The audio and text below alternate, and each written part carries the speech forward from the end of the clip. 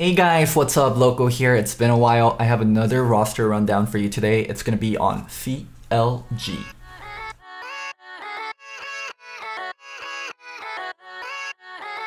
So, unfortunately for the faithful, it's going to be another disappointing 2021 in my opinion. I actually really don't like the roster CLG has put together, and it's not because they have so much veterans. My perception of veterans is actually really different from the community, and I think veterans can be very, very good for a team, and they bring a lot of value in ways teams don't recognize and the general public doesn't recognize. So what's so bad about the CLG roster? Let's first get to know what it is. It's top lane Finn, jungle Broxa, mid Pobelter, AD carry Turtle, and support Smoothie. When we look at this roster overall, my biggest problem with it is not the age, it's not the washed up veterans, it's how little synergy it has and the way it was kind of put together. I think it's really important to think about player play styles and how they fit into each other. For example, a roster like FlyQuest 2020 was really good in terms of how every piece interacted and what kind of synergy they had. Ignar and Pirate Evil played together for a long time and they perfectly fit together with each other. Turtle and Ignar, because Turtle isn't the greatest laner and Turtle is fine playing independently and Ignar can roam a lot more, is really good for that.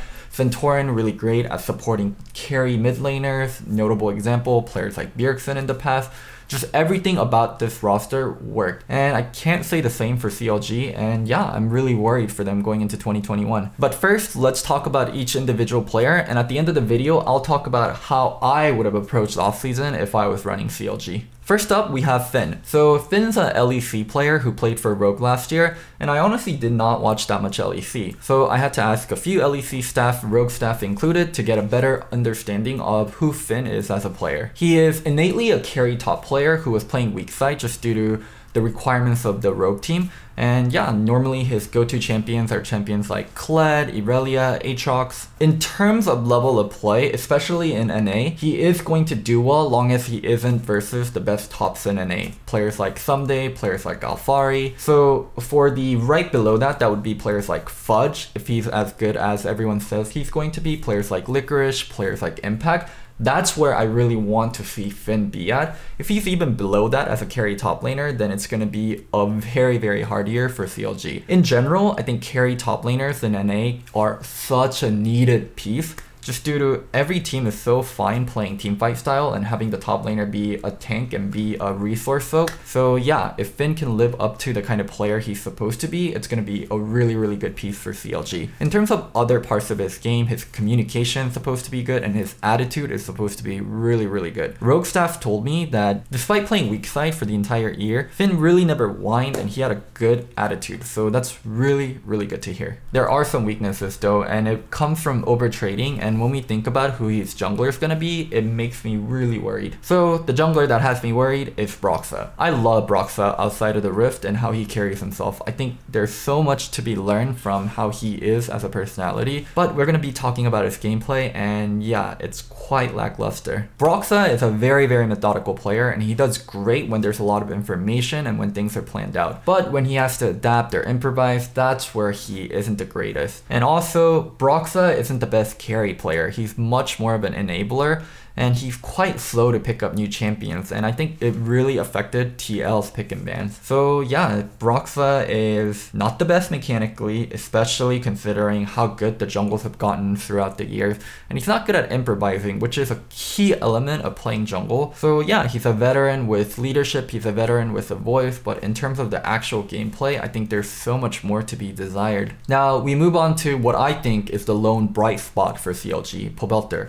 Pobelter is a very, very well-rounded player. He isn't terrible in any regard, and there are few things that he does exceptionally well. I think his laning is top-notch, and he's very resource-free. He's not a player that needs constant mid-attention, which some mid laners actually really do need that attention, or they go crazy if the jungler isn't helping them out. Pobelter has a tendency to get underrated by the community at large because he isn't as flashy or playing a lot with resource, getting a lot of counter pick. But yeah, he isn't going to be the player to carry your team over the top. I think when compared to the very best in North America, such as Perks, Jensen, or Pirate Evil, he's not going to be quite up there. But other than that, I think Pobelter is going to be more than a suitable mid for CLG in 2021. For bot lane, we have Turtle and Smoothie.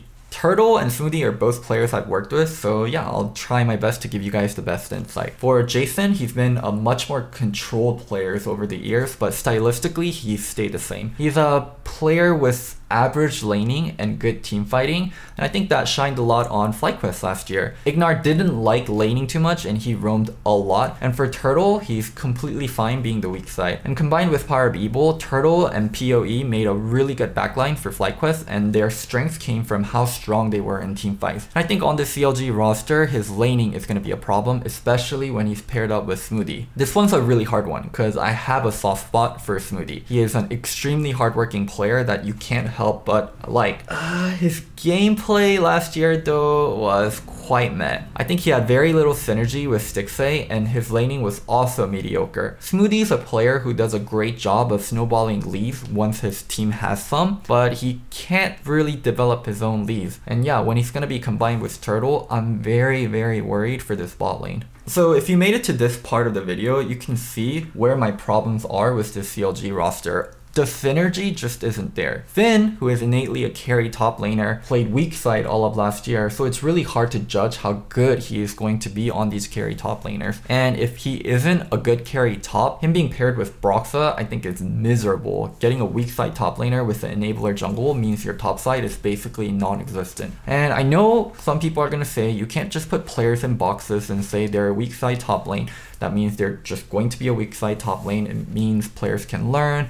It means players can pick up new champions. It means they can switch up their playstyle. That is true, but there are tendencies and you definitely fall into habit of things. And if you're not pushing yourself on being the best carry top, then yeah, you lose a lot of the skills that you had, you lose a lot of the mechanics, you forget about the little things that you had mastered before. So very worried for CLG top side. And as for CLG bot side, I talked about it before, but yeah, the laning can be a very big issue, and I'm so worried about Turtle and Smoothie bringing out the worst in each other in terms of their laning. Like when the weaknesses overlap for players, especially in bot lane, it can be such a nightmare. And CLG, not sure what you guys are thinking. I get the whole angle of Turtle and Smoothie living together and there being synergy and them getting along really well with each other, but the base level of gameplay has to be there, and that's what I'm most scared of for this team. So if I'm gonna dunk on CLG and I'm gonna talk about why their roster is bad,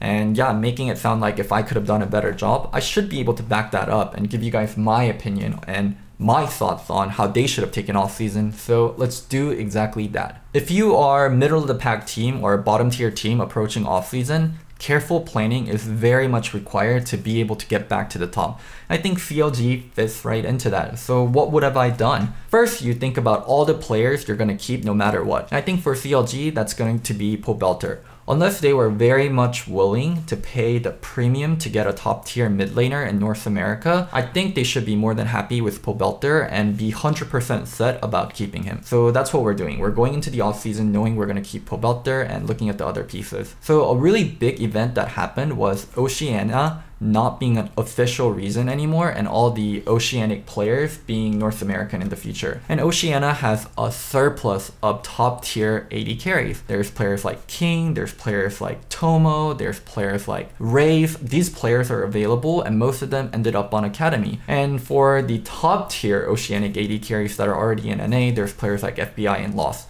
So this is definitely an AD carry surplus that CLG could have been aggressive about. I would have done everything in my power to make sure I end up with a top tier Oceanic AD carry that's been somewhat proven in Oceania. So players like King, Tomo, or Wraith, I would have made sure they were on my team. And for jungle, I think CLG is actually very lucky to have Pobelter. Pobelter is a bilingual Korean English speaking player, and he plays pretty much every champion that's required, and he makes sure his jungler is lifted. He's played well with players like Smithy before. He's done well with Wiggly before. I know people are going to shit on Wiggly, but he actually had a really good split a few splits back. Pobelter is someone that can do well with any kind of jungle. I would have done everything in my part to get the best jungler available. If CLG is going to spend money, they should have really spent it in the jungle role. Then you have this core of strong mid and jungle, and you also have a promising Oceanic AD carry, and you can be a little bit more experimental about top and support. I think there were were a lot of promising NA talent that ended up on academy rosters, and CLG should have been way more aggressive about getting these players. I don't really understand why they got Finn. I don't really understand why they got Turtle or Smoothie. So my roster would have been something like very strong European jungle or Korean jungle paired up with Pobelter and an Oceanic AD carry and promising North American talent in top and support. I think that roster has a better future than the current roster. I really just don't know what they're going to do with the current roster. It doesn't really have bright immediate future, and it doesn't really have great long-term future either. So very puzzling what CLG was thinking. I don't know their exact situation, and I don't know how their offseason went. But from the information that I have, I'm just shocked that this is what they ended up with. And I can even tell you there were coaching staff within CLG that was going to sign, but ended up being very disappointed about the roster and ended up signing on a team elsewhere. So yeah, my opinions aren't mine alone. I really do hope I'm wrong. I love the CLG roster as people, but as an analyst, I'm just kind of disappointed at what you have there, CLG. I hope you guys enjoyed this video. Don't forget to like, subscribe, and comment. And I have an announcement that if not, I'm not crazy, I'm just loco. I might do something next year that's gonna make you guys very happy. I know it's a tease, and I know it's an announcement of an announcement, but once things are 100% set, I'll let you guys know. But yeah, here's just a slight tease on what's to come. It has to do with me doing something that I used to do before. Anyways, I'm not crazy, I'm just loco. Bye. Yeah, let's go. I ain't the first with the curse, with the thirst that I wanna be better, not worse, man, it hurts. I'm on this earth with my words, and I put them all together, insert, cause I wanna have worth. Working hella hard till they put me in the dirt. Gonna go far, man, listen to my words.